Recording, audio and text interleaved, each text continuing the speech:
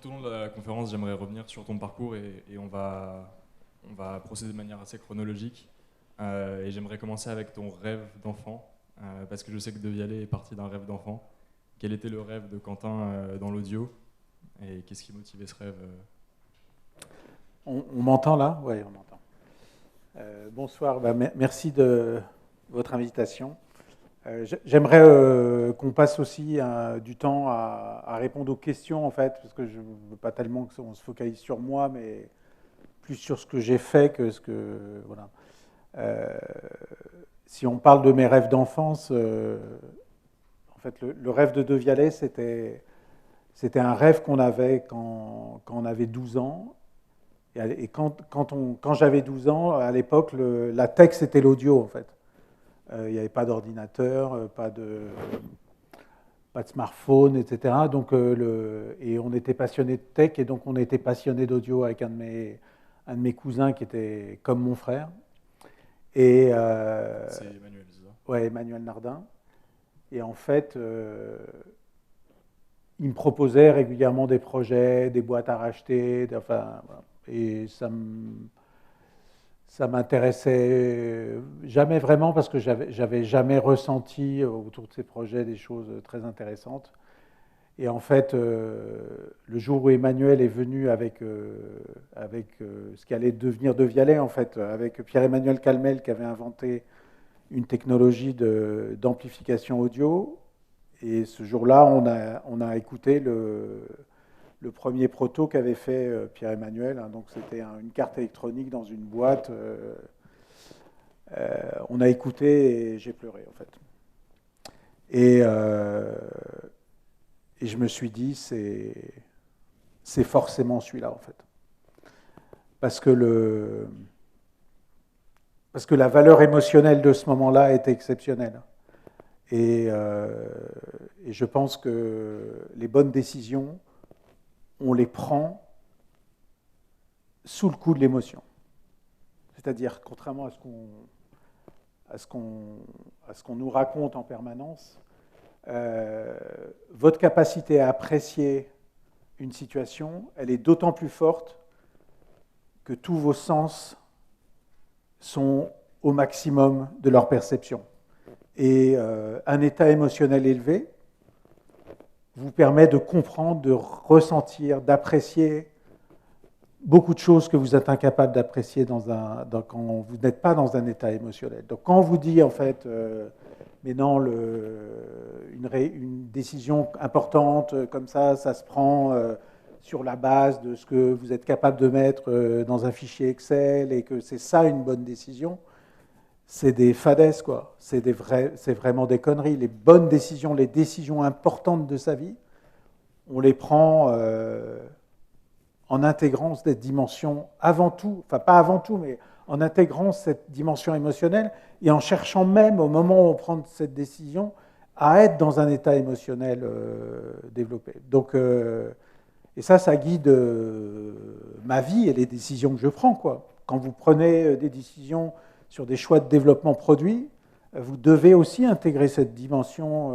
émotionnelle très fortement. Et donc être dans un état dans lequel, grâce à votre état émotionnel, vous êtes capable de percevoir beaucoup plus que ce qu'on est capable de mettre dans des colonnes de chiffres. Parce que 90% de la réalité, elle est tout simplement pas exprimable dans un tableau, quoi.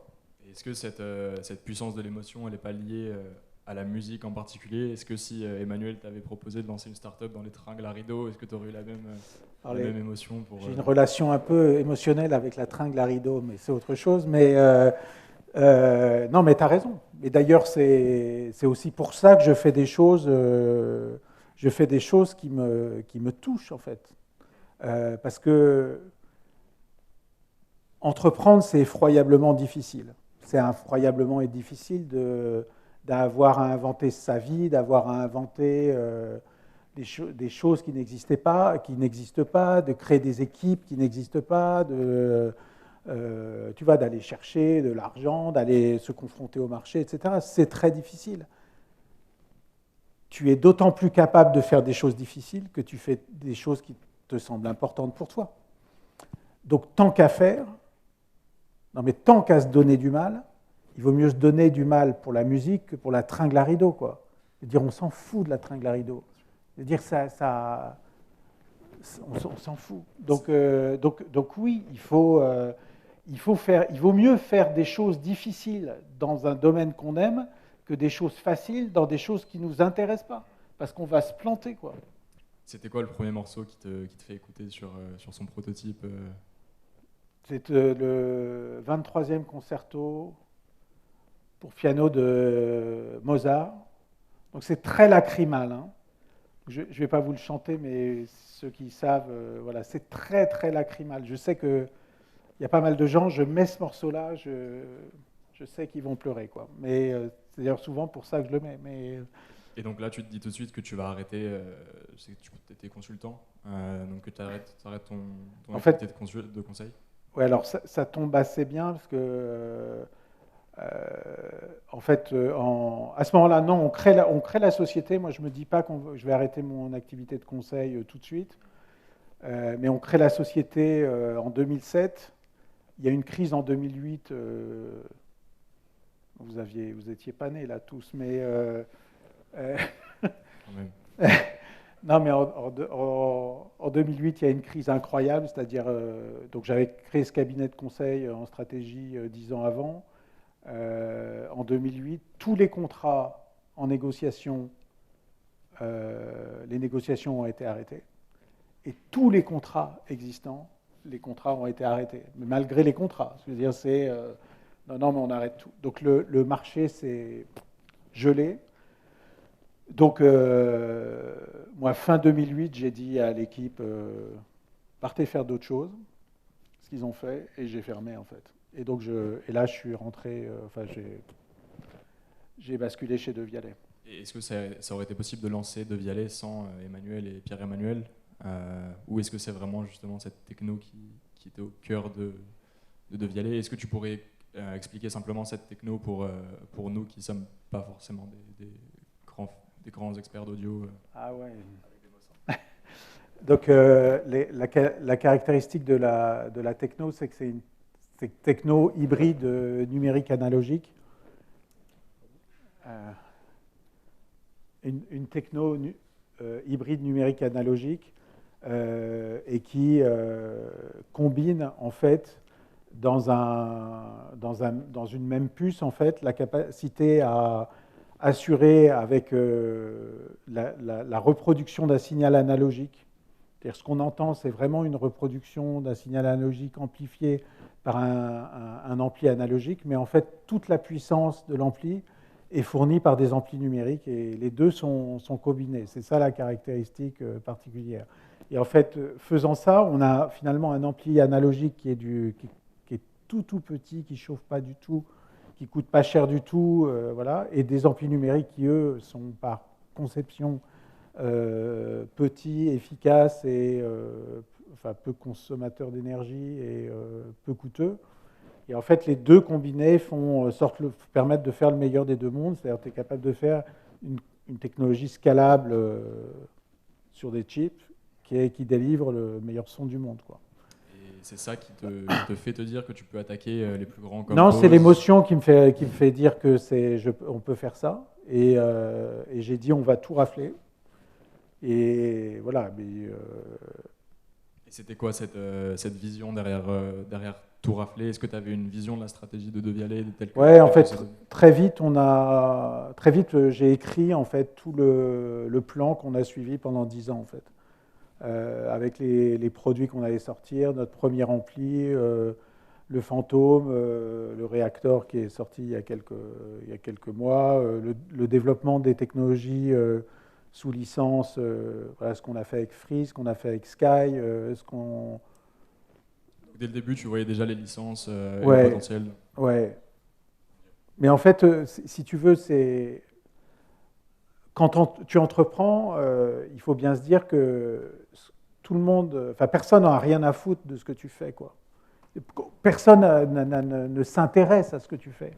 Tu n'as aucune raison de percer sur un marché, tu vois. Tu n'as aucune raison a priori, parce que tu vois, quand un sonnier lance une boîte audio, mais tout le monde s'en tape, quoi. Et donc, et forcément, quand tu vas dans un domaine comme celui-là, c'est difficile. Tu vois, c'est difficile de percer, d'exister, de faire une boîte qui réussit à exister sur ce marché-là. Donc, il faut qu'on ait un plan d'attaque, il faut qu'on ait une façon d'aborder le marché qui soit extrêmement réfléchie, en fait. Tu vois, tout ce que tu mets dans la conception de la route, en fait, que tu vas prendre, parce qu'il y a des milliers de voies possibles, il y a des milliers de choses que tu peux faire, a priori, en partant de cette technologie, et OK, so what, on fait quoi? Et donc, tout ce que tu vas faire et qui va faire tout au long de la route, que tu arrives à concentrer des ressources sur ce qui est utile à l'atteinte de tes objectifs, c'est extrêmement précieux. Et en fait, quand tu es avant l'action, tu as du temps pour penser, quoi. Et penser, je trouve que c'est une activité à la fois jubilatoire et très utile, quoi. Imaginer, créer, projeter, poser une vision, etc.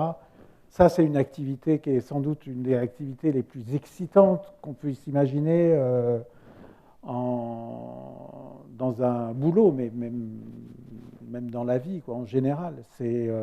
C'est là où on va transformer ce que... Enfin, tu vas mettre ton esprit au service d'une action, quoi. Est-ce que c'est là que les 20 ans passés à faire la stratégie sont revenus d'un coup et tu t'es dit on va attaquer les marchés de l'automobile, des banques, ouais, mais je pense, des télés. en fait, les choses trouvent un sens dans la vie, quoi. Là, tu vois, c'est au fond, tu vois, c'est est-ce que je bâtis les choses comme ça parce que j'ai fait du conseil en stratégie et parce que j'ai créé une boîte dans ce domaine, etc., etc. Sûrement. Est-ce que la façon dont je fais de Vialet est liée à ça? Ouais, sûrement. Mais donc oui, ben, tu crées quelque chose qui est lié à ce que tu es, quoi. Tu vois, la boîte, elle incarne quelque chose de toi, forcément. Et donc, ensuite, tu as eu cette vision et il y a eu à peu près 4 ans qui se sont écoulés, il me semble, entre ce moment où tu as la vision du produit et la sortie du premier produit. Qu'est-ce qui s'est passé pendant ces 4 ans Qu'est-ce que tu faisais Comment est-ce que ça progressait? C'est un peu moins que ça, parce qu'en fait, on a sorti notre premier ampli en tout début 2010. Tu vois, et moi, j'ai basculé de fait full-time chez De Vialet courant 2009, même fin 2009. Donc, c'est venu assez vite. En parallèle, moi, je finissais mes missions de conseil, je bouclais les choses et je travaillais sur la stratégie de Vialet. Donc, en fait, en 2010, enfin fin 2009, on a présenté notre premier produit. Moi, j'ai commencé à lever de l'argent au début 2010. Si ça vous amuse, on pourra en parler, parce que je pense que on a fait une chose assez particulière. Oui, je sais, allez-y, parce que je sais que c'était un moment particulier. Allez, on est fin 2009, début 2010. Hein. Donc c'est un moment très difficile en fait pour lever de l'argent. Et je discute avec des fonds d'investissement et ils me gavent, quoi. Ils me gavent parce que en fait c'est pas des passionnés de non, mais je pense qu'ils ne comprennent pas en fait vraiment l'ambition du projet. Ils ne comprennent pas. Tu vois, ils ont des réflexions de petits stagiaires à 2 balles qui regardent un compte d'exploitation et qui te posent des questions en cherchant à te piéger sur le niveau de marge de la 5e année. Enfin, tu vois, c'est. Donc, j'appelle Pierre-Emmanuel à l'époque et je lui dis on va faire autrement. Et donc, on a loué une salle dans laquelle, donc une galerie de peinture sur les quai Voltaire à Paris. Et dans cette salle, les Rolling Stones avaient fait un concert privé 20 ans auparavant. Et ça, c'est important aussi pour l'histoire que tu racontes. Et là, on a réuni une quarantaine de personnes. On a présenté le projet. On a fait une écoute dans cette grande salle. On a une petite salle dans le noir où les gens écoutaient de la musique et sortaient tous en pleurant. C'était l'objectif. On leur a donné un coup de champagne. Et à la fin de la soirée, il y avait un cochon où les gens mettaient leurs promesses d'investissement. À la fin de la soirée, il y avait 1,4 million dans le cochon. Et on levait 1 million. Donc c'est... Musique plus champagne en général, ouais, ça voilà. marche bien. Donc, et tout le monde m'avait dit, enfin tous les gens sérieux qui travaillaient dans ce domaine, de la finance, des levées de fonds, etc., m'avaient dit, c'est même pas en rêve mon coco, quoi. Et ces gens-là, c'était que des dirigeants du CAC 40 Enfin, non, pas forcément des dirigeants du CAC 40, mais enfin, moi j'avais des clients dans des boîtes importantes avec des exécutifs qui avaient des moyens et qui pouvaient investir. Et en fait, on a refusé tout l'argent de tous les financiers, on n'a pris que des investisseurs individuels, et donc on a levé l'argent en une soirée. Et donc j'ai fait des choses comme ça, et puis je suis parti aussi faire le tour du monde pour raconter à tout le monde que De Vialet existait, donc je suis allé voir David Lynch, Francis Ford Coppola, voilà, les dirigeants des maisons de disques, voilà, pour leur dire. Raconte-nous un peu ces rencontres avec non, mais Coppola, c'était en fait, c'est. Ça, c'est après la levée de fonds, avant même d'avoir un produit. Non, on avait notre tout premier produit. C'était même pas le fantôme, c'était un ampli, quoi. Donc, c'est le genre de produit a priori assez ennuyeux, quoi. Enfin, tu vois, au sens où il faut le brancher à des enceintes, etc. Mais et qu'est-ce que tu leur dis? Moi, je vais les voir et je leur dis, voilà, on est De Vialet, on a inventé ça et on va tout péter. Donc, il faut que vous sachiez que ça existe. Donc, dans nos investisseurs, il y a des gens de Canal, donc qui financent le cinéma en France, mais ailleurs aussi, et donc qui ont pu nous mettre en relation avec des gens comme Francis Ford Coppola, David Lynch. Il y avait des gens de la FNAC qui étaient passés par des maisons de disques. Il y avait des gens comme ça qui étaient des investisseurs chez nous et qui nous ont en fait aidés, ouvert des portes. Voilà, mais aussi des gens de McKinsey qui nous ont permis de rencontrer des dirigeants de Sony au Japon, etc., etc. Enfin, voilà. Et moi, dans ces cas-là, je vais voir les gens sans objectif, quoi. Je ne vais pas les voir en me disant j'attends quelque chose de particulier de ce rendez-vous. Mais je vais les voir pour justement guetter des opportunités qui peuvent naître de ça. Et donc, et tout le temps quand tu fais ça, les gens en fait ils te demandent mais qu'est-ce que je peux faire pour vous aider? Et là, tu leur dis j'aimerais bien rencontrer machin ou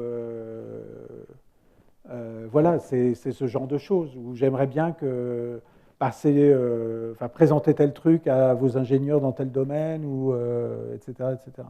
Raconte-nous un peu les autres rencontres rares de ce non, soir. mais il y en a eu plein. Il y a eu Jay-Z, ouais, Jay-Z, Angela Arendt. J'ai appris il y a quelques heures là qu'elle quittait Apple.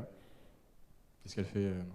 Comment? Qu'est-ce qu'elle fait maintenant? Non, elle était patronne du retail chez Apple, donc et donc ça a été une rencontre aussi très importante. Mais j'aimerais peut-être qu'on demande à la salle de poser leurs questions parce que okay. je trouve que j'ai pas trop envie que ça soit une sorte de.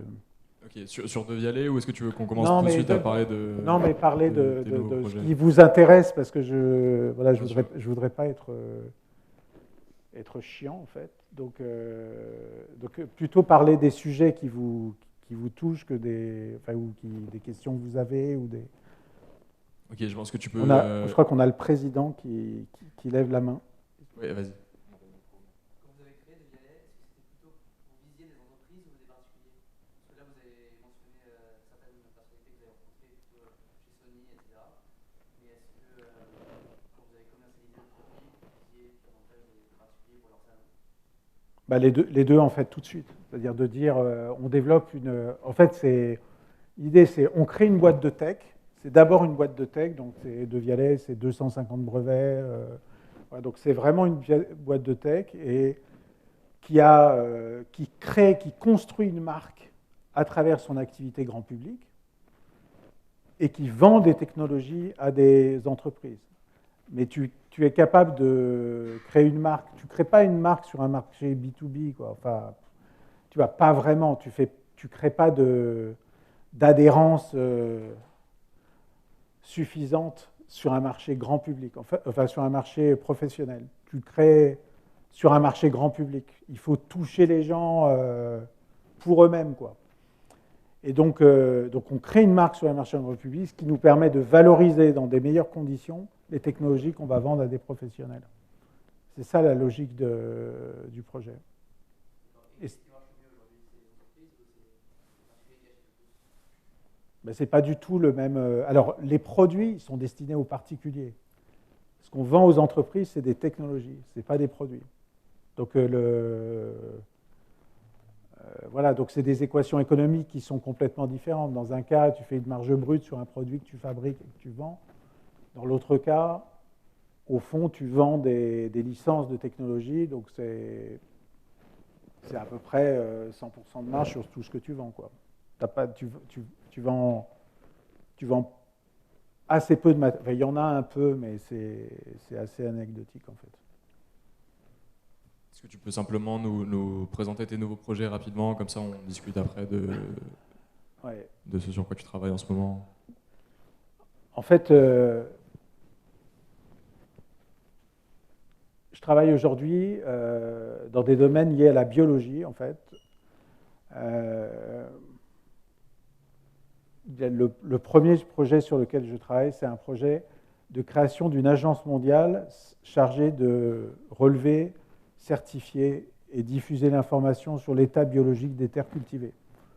On a une agriculture qui marche sur la tête, avec des agriculteurs qui gagnent très mal leur vie avec leurs produits, qui sont en train de polluer la planète dans des proportions qui sont absolument dramatiques et de façon extrêmement rapide par l'usage de produits chimiques, et on bouffe de la merde.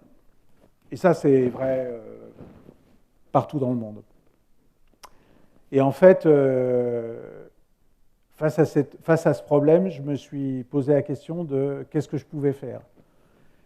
Et en fait, je me suis rendu compte que le problème central de cette agriculture, c'était que cette agriculture concevait la terre comme un support de la plante, mais comme un support minéral de la plante, et dans lequel, depuis 60 ans, 70 ans, on se dit la plante, elle est là pour choper le gaz carbonique de l'air, la lumière du soleil, l'eau de la pluie, et puis on va lui fournir tout ce dont elle a besoin pour se développer, avec de la chimie, et pour lutter contre les prédateurs éventuels, les espèces invasives, les dangers, les maladies avérées, potentielles, etc. Tout ça avec de la chimie. Et c'est une vision aussi absurde et mortifère que celle qui consiste, lorsque tu as mal au dos et que tu vas chez le médecin, que le médecin te donne un antidouleur en te disant « voilà de quoi soigner ton mal de dos », ce qui est un mensonge absolu, parce qu'en fait, il ne soigne pas ton mal de dos, il soigne ta douleur éventuellement. Mais en fait, ce qu'il devrait te dire, c'est ça fait 15 jours que tu n'as pas fait de sport, et ça, il pourrait te poser la question. Tu passes tes journées assis et tu ne te lèves pas et tu fais que ça, et en plus, tu es très mal assis. Et les 2 derniers week-ends, tu as aidé des copains à déménager, et voilà. Et en fait, il devrait t'envoyer faire du sport, voilà. Et il te donne de la chimie, en fait. Et dans le domaine agricole, on fait la même chose, c'est-à-dire qu'on nie, en fait, on nie la biologie, on nie cette biodiversité. Dans le sol, dans un gramme de sol, il y a 1 milliard de bactéries, entre 10 000 et 100 000 espèces de bactéries. C'est la base de toute la biodiversité, c'est nos médicaments de demain, notre nourriture de demain, voilà. Et on est en train de flinguer tout ça. Et tout ce qui va au-dessus, c'est-à-dire enfin, ce qui est dedans, les vers, les insectes, etc., mais les oiseaux, et nous, finalement. Et donc, la logique de Symbiotopie, qui est le nom de ce projet, donc c'est de créer une agence qui va surveiller ça et qui va pratiquer une politique de blame and shame par rapport à l'industrie agroalimentaire et de pouvoir dire à Nestlé, Danone, Coca-Cola, McDonald's et Co, c'est voilà l'état des terres des produits que vous achetez et de diffuser cette information dans le public. Voilà, pour forcer en fait le marché à changer. Simplement, voilà, maintenant Quentin a proposé son projet et a décrit son projet, n'hésitez pas à poser des questions en direct pour que ce soit... Oui. Bonjour.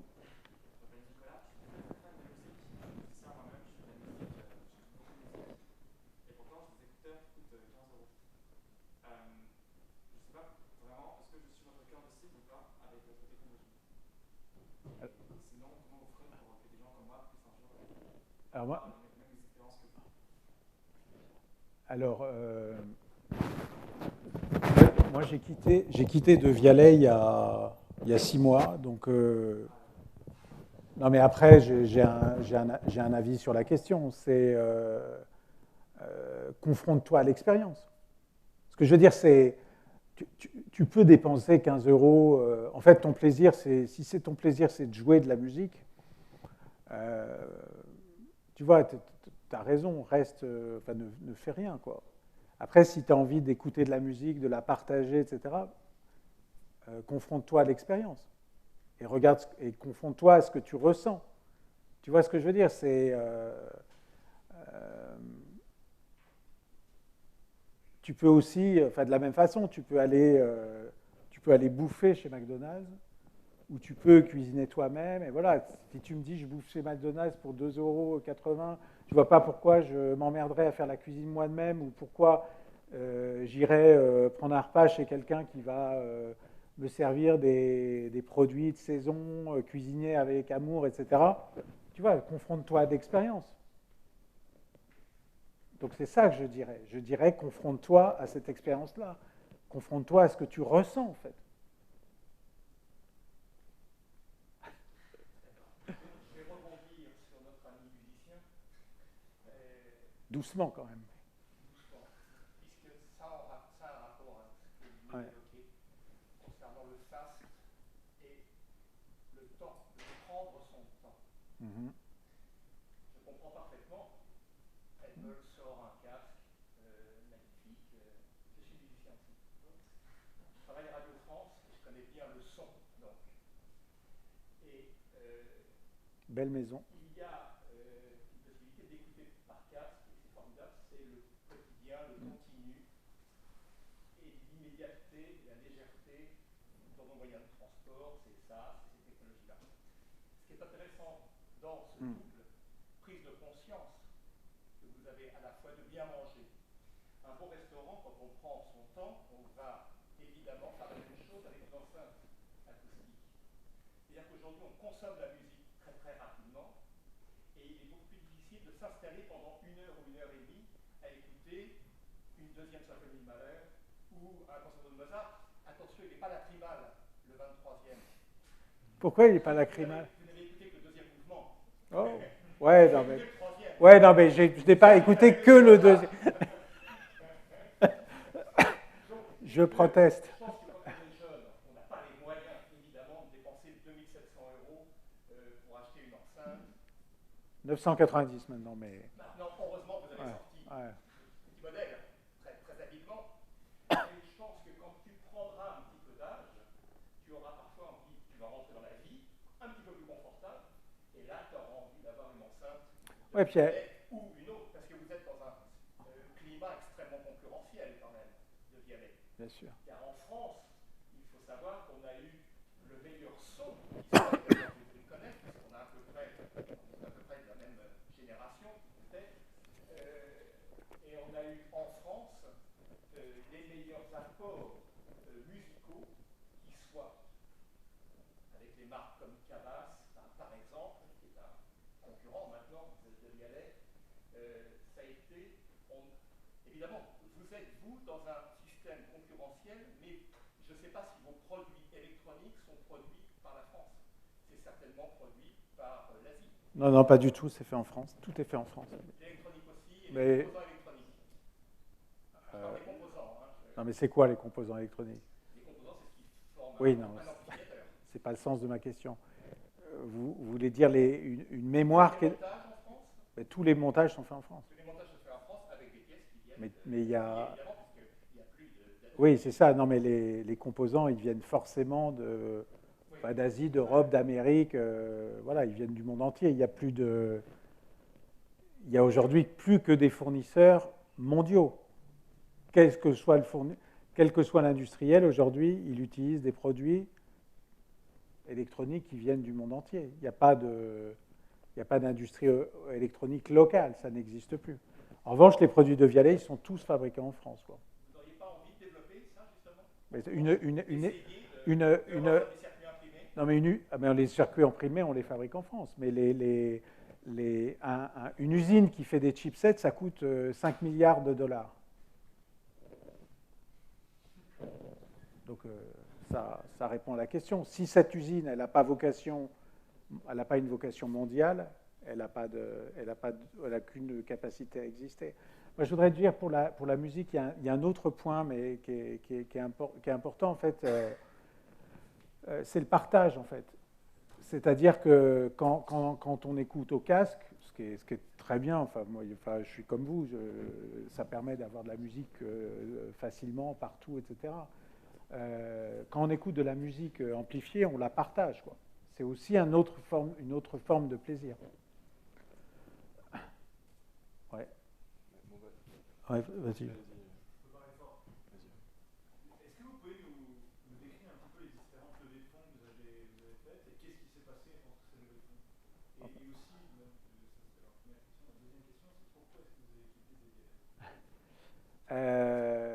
Alors la première levée de fonds, on l'a fait en 2010, donc comme je l'ai expliqué avec le cochon. Donc on lève à peu près 1 million. On fait la même chose avec le cochon, on lève 2 millions l'année d'après. Donc en 2011. En 2012, on lève 15 millions d'euros. Avec de nouveaux produits ou toujours Non, on n'a pas de nouveaux produits. Donc on lève 15 millions d'euros et là, en fait, on a toujours nos amis qui nous ont apporté les 3 premiers millions, les 1 plus 2, ils remettent 3 millions et puis là, on fait rentrer Arnaud, Grandjean, Niel, Simoncini qui mettent 4 millions d'euros chacun. 3 millions d'euros chacun, donc ils mettent 12 millions. Donc on lève 15. Et en fait, on a relevé ensuite, en 2015, on a relevé une quinzaine de millions d'euros, toujours auprès des mêmes, à la fois notre groupe de départ et ces quatre-là, et on lève 100 millions en 2016, fin 2016, à la fin 2016. Donc c'est ça. Donc en 2015, on a sorti le fantôme. C'est à ce moment-là qu'on a relevé. Donc on a levé, sur la durée, on a levé à peu près 150 millions, 150 millions d'euros. Et la dernière levée, c'est là où on fait rentrer Jay-Z, Andy Rubin,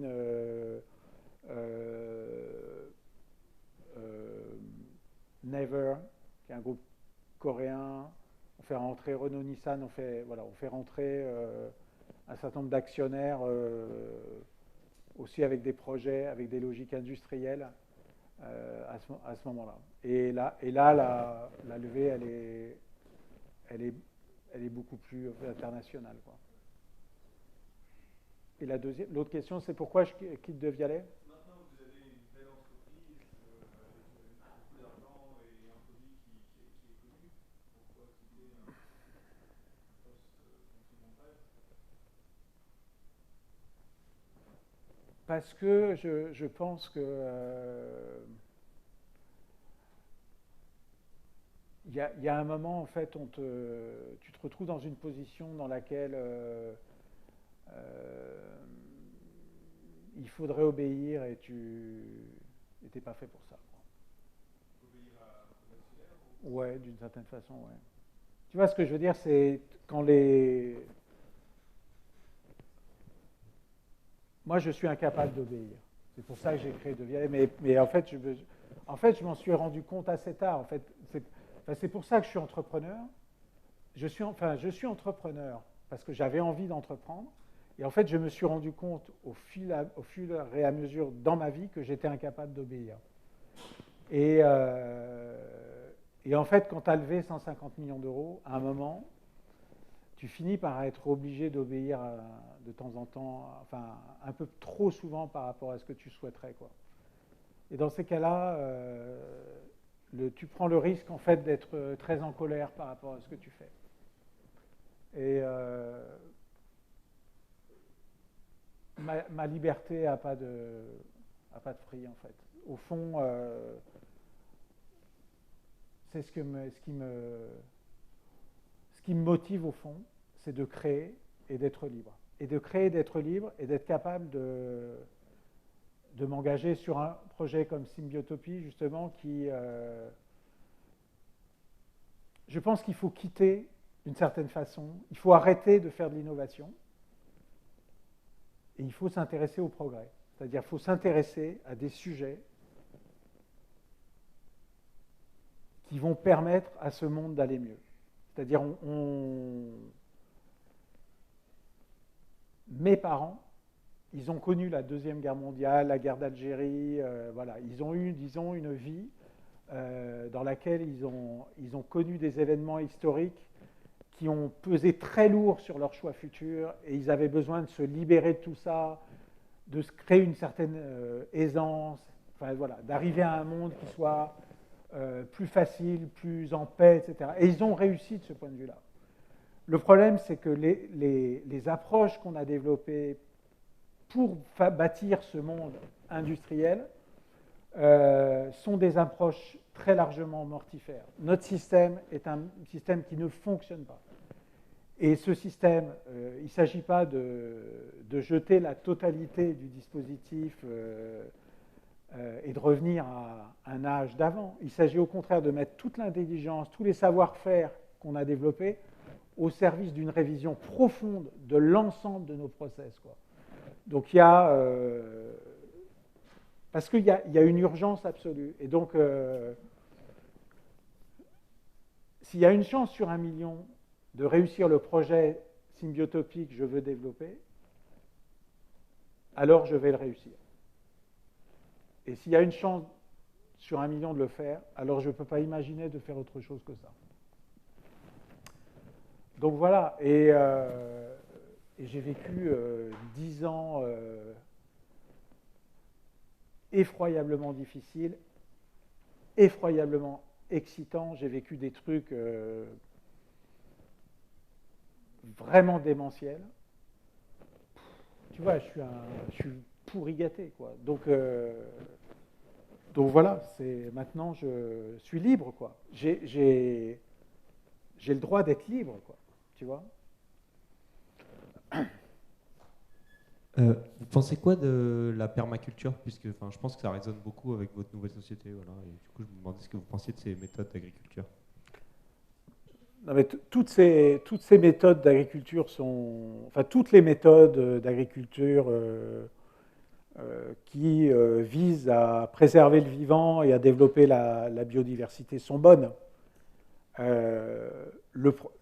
Aujourd'hui, le problème de la plupart des démarches, disons, éco-responsables dans le domaine agricole, c'est qu'on est un peu dans l'économie de Pierrette et le Potolet, quoi. C'est-à-dire on est dans une vision un peu passéiste, au sens où il faut revenir à des choses. Je ne pense pas qu'il faille...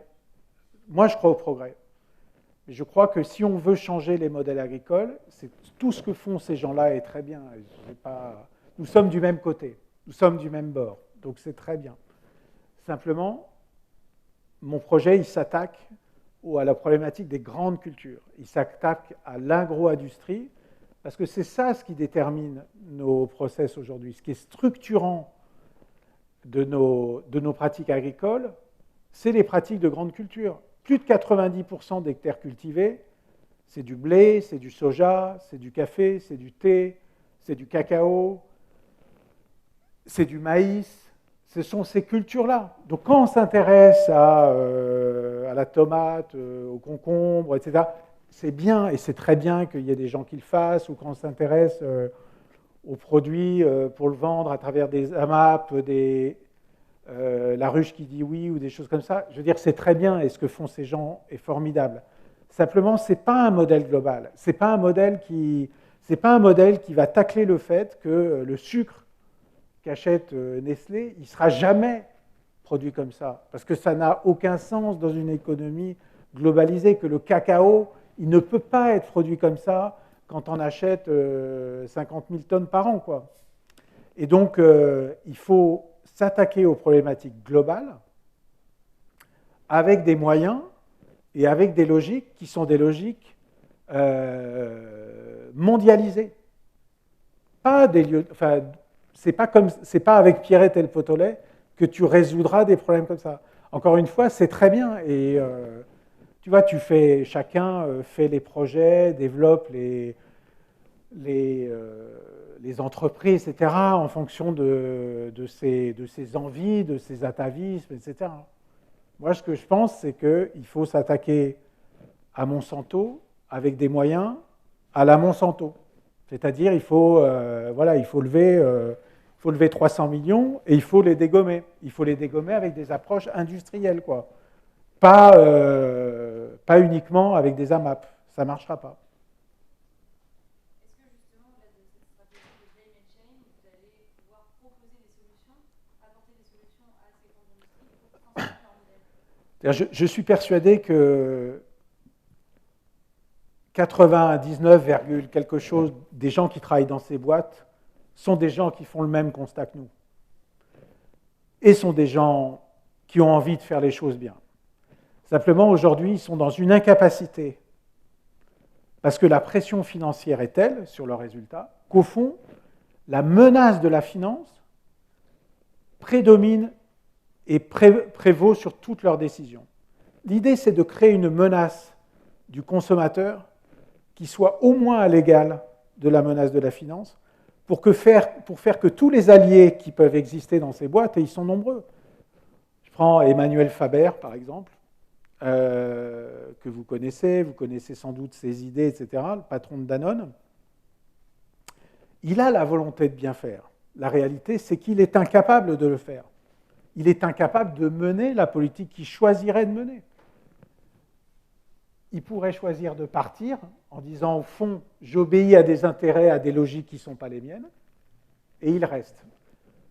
En faisant ce que je propose de faire, en développant Symbiotopie, je veux être un allié objectif de ces gens-là, dans ces boîtes-là, pour faire ça. Donc, il existe des solutions alternatives dans les modes de culture.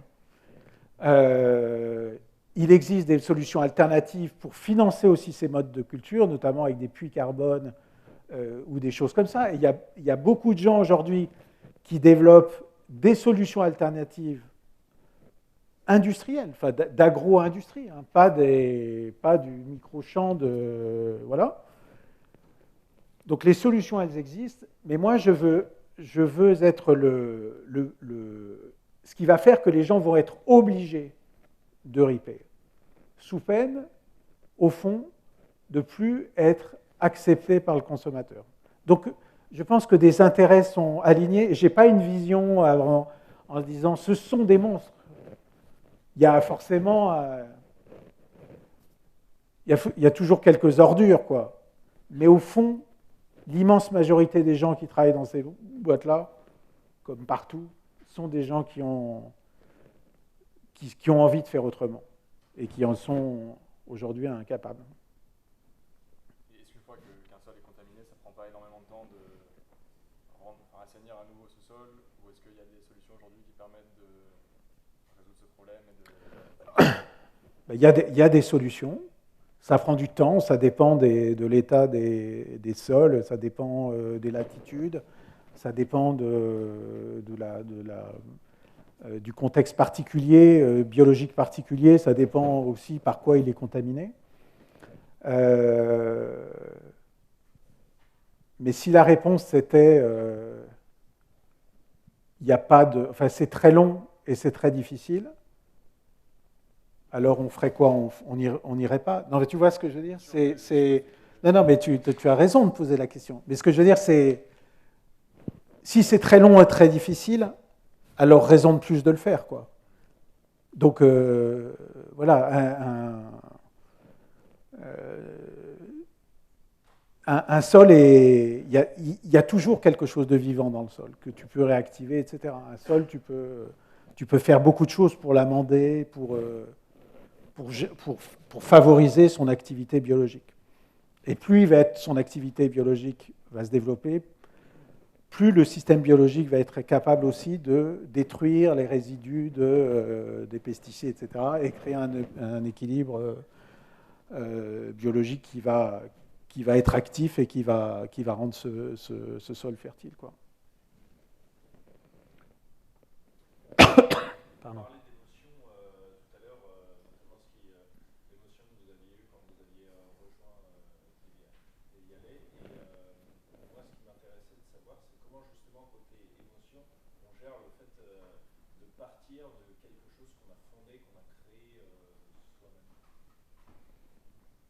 Mais en fait, souvent on m'a dit, mais c'est votre bébé, etc.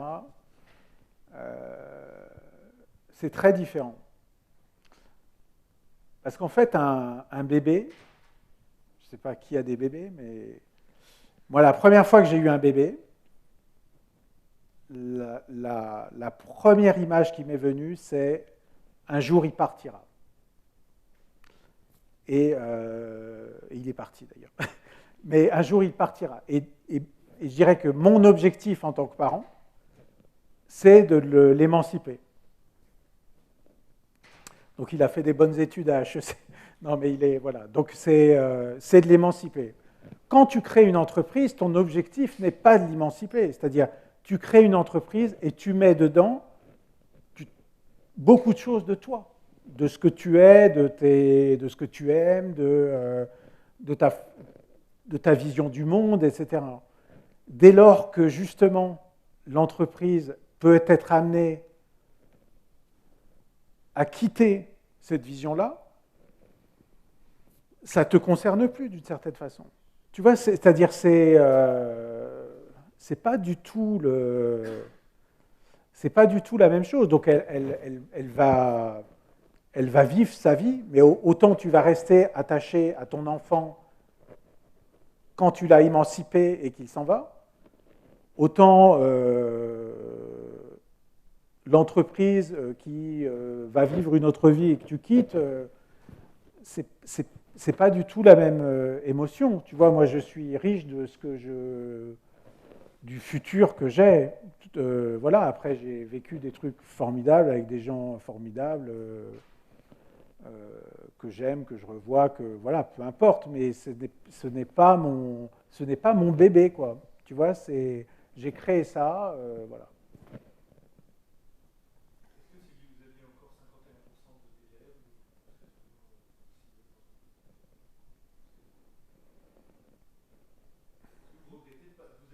Non, oui, est-ce que je serais toujours CEO de Vialet? Oui, sûrement, oui.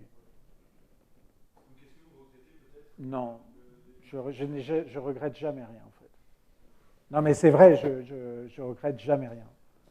Tu vois, et si c'était à refaire, je pense que voilà, je referais. Est-ce que vous avez des conseils pour des entrepreneurs qui vont peut-être lever de l'argent et qui, du coup, vont se faire couler petit à petit et que faire dans ce genre de situation? Moi, ce qui m'intéresse, c'est de vivre intensément. Donc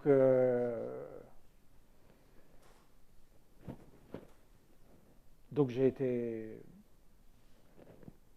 tu vois, après, si ton but, ton objectif, il est patrimonial, il est de trouver une situation je sais pas. Tu vois, je suis très déraisonnable dans mes façons de faire. Tu vois, je n'ai...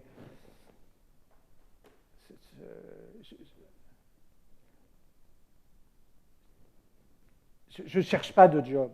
Ça ne m'intéresse pas. L'argent ne m'intéresse pas. Le pouvoir ne m'intéresse pas. Moi, ce que j'aime, c'est créer, c'est vivre des moments, voilà. Donc, je veux faire des grandes choses parce que ça me nourrit, parce que je sais que l'effort, il est grand, et si je n'ai pas une croyance absolue dans ce que je suis en train de faire, je ne suis pas capable de mettre l'énergie dont le projet a besoin, quoi. Et donc, j'ai besoin d'embarquer des gens là-dedans, j'ai besoin de... Tu vois, moi, quand mes associés, quand j'ai fait la levée en 2012, et on a levé 15 millions, je leur ai dit, on va lever 3, quoi. Parce que si je leur avais dit qu'on allait lever 15, ils m'auraient sans doute dit non, quoi. Et en fait, moi, j'avais envie que ça aille plus vite, qu'on fasse plus de choses, j'ai un sentiment et qui n'est pas du tout désespéré, au contraire, mais un sentiment tout peut s'arrêter dans 2 minutes, quoi. Tu vois, et au fond, si ça s'arrête dans 2 minutes, tu vois, j'aurais préparé ma retraite et j'aurais tu vois, c'est waouh, quoi, quel désespoir, quoi. Tu vois, enfin, pour moi, c'est glauquissime, quoi. Tu vois, moi, je veux mourir en courant, quoi. Tu vois, je veux mourir voilà. Et comme on ne sait jamais quand ça arrive, je courrai toujours.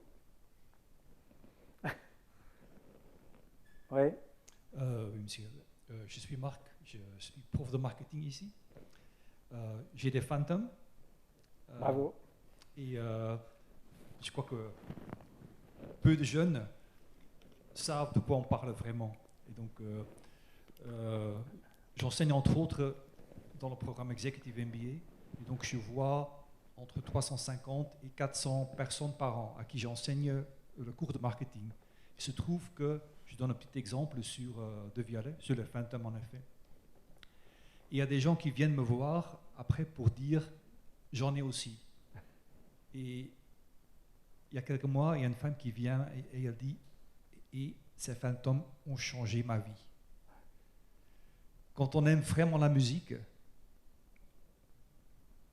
quand on connaît beaucoup de musique, à chaque fois qu'on rentre à la maison et on met les fantômes, on est encore bouleversé par la musique et par la qualité du son. Et donc c'est ça qu'on achète finalement, c'est une expérience, mais qui reste bouleversante. Et donc la différence entre des écouteurs de 15 € et j'ai des Gold, donc ça coûte 6 000 €. 5 000, 2590. Oui, mais il faut avoir le pied. Ouais, d'accord. Ensuite, il faut avoir le boîtier. Monsieur est un esthète. Voilà, le dialogue Ouais. pour marcher en stéréo. Donc, au total, ça m'a quand même coûté 6 000 €. Ouais. Mais donc, quand on aime tellement la musique, on a écouté beaucoup de systèmes dans sa vie. Et vous pouvez aller écouter gratuitement. Il y a une bonne boutique à Versailles, sur la place de marché. L'entrée de gamme, avant l'entrée de votre produit, pour un son équivalent, c'est au moins 10 000 €. Et en effet, beaucoup de systèmes coûtent un multiple de 10 000 € pour avoir un son équivalent. Et donc ça m'a pris un peu de temps pour prendre cette décision de mettre moi-même 6 000 € pour des Phantom. Et j'ai commencé à lire des évaluations d'audiophiles. Et il y a des sites spécialisés où les audiophiles s'échangent des tuyaux et les gens signent avec leur nom et puis ils mettent en dessous tous les équipements qu'ils ont. Et très souvent, ce sont des équipements de dizaines de milliers d'euros. Alors, j'ai une question pour vous. Ouais. Vu que l'expérience que vous vendez finalement équivaut un multiple de ce que moi j'ai payé, pourquoi n'avez-vous pas demandé un prix plus élevé? Vous auriez pu, je crois. Alors, tu vois, c'est exactement pour ça que j'ai fait De Vialet. C'est parce qu'au fond, ce que vous racontez, moi, c'est ça qui me nourrit. C'est-à-dire, en fait, ce qui m'intéresse dans la vie, c'est ça. C'est-à-dire de se dire, on provoque en fait chez les gens une réaction émotionnelle, on les met dans un état qui les change en fait. Et donc, d'où la radicalité, c'est-à-dire de faire des choses extrêmement radicales, d'avoir un produit radical, un marketing radical, de dire on fait le meilleur son au monde, enfin d'avoir une emphase extrêmement forte. Et le prix, il est la démonstration de ça, d'une certaine façon, il faut que ça délivre beaucoup plus que ce que ça vaut. Il faut qu'en fait, on permette à des gens... Aujourd'hui, Reactor à 999 €. C'est une affaire incroyable compte tenu de ce que ça provoque. Mais je serais capable de le faire à 200, je le ferai à 200. C'est-à-dire, c'est vrai que 6 000 €, ça paraît cher et ça peut paraître clivant, mais il n'y a pas de volonté clivante dans De Vialet. Il y a une volonté profondément démocratique, en fait. Il y a une volonté de rendre abordables les choses, parce qu'au fond, ce que ça fait, c'est que ça nous change. Et dans ces cas-là, il faut faire pas cher. Tu ne peux pas avoir ce projet-là et dire je vais faire un produit à 15 000 ou à 20 000 €, parce que dans ces cas-là, tu exclus les gens. En fait, les audiophiles passionnés, etc., ils l'achèteront. Mais ceux-là, ils savent déjà ça. Ce qu'il faut, c'est permettre à des gens qui n'ont pas accès à ça d'y avoir accès. Et donc, le projet, il est éminemment démocratique, mais ça prend du temps. Mais c'est comme Tesla, quoi. Si tu fais uniquement des bagnoles à 100 000 €, ok, fine, quoi. Tu intéresses qui, quoi? Tu promets de changer la mobilité, tu promets de fournir des solutions qui soient plus respectueuses de la planète, etc. C'est compliqué. Il y a plein de... voilà, mais c'est très compliqué. Mais tu as un devoir de démocratisation. Et on voit que c'est... Voilà, le modèle 3, on dit c'est à 35 000 $, mais en fait, il coûte plutôt 60 000 $ aujourd'hui. Mais la volonté, elle est là, quoi. Elle est là parce que tu fais quelque chose d'important, alors il faut que ce soit accessible. C'est pour ça aussi que si tu fais des produits agricoles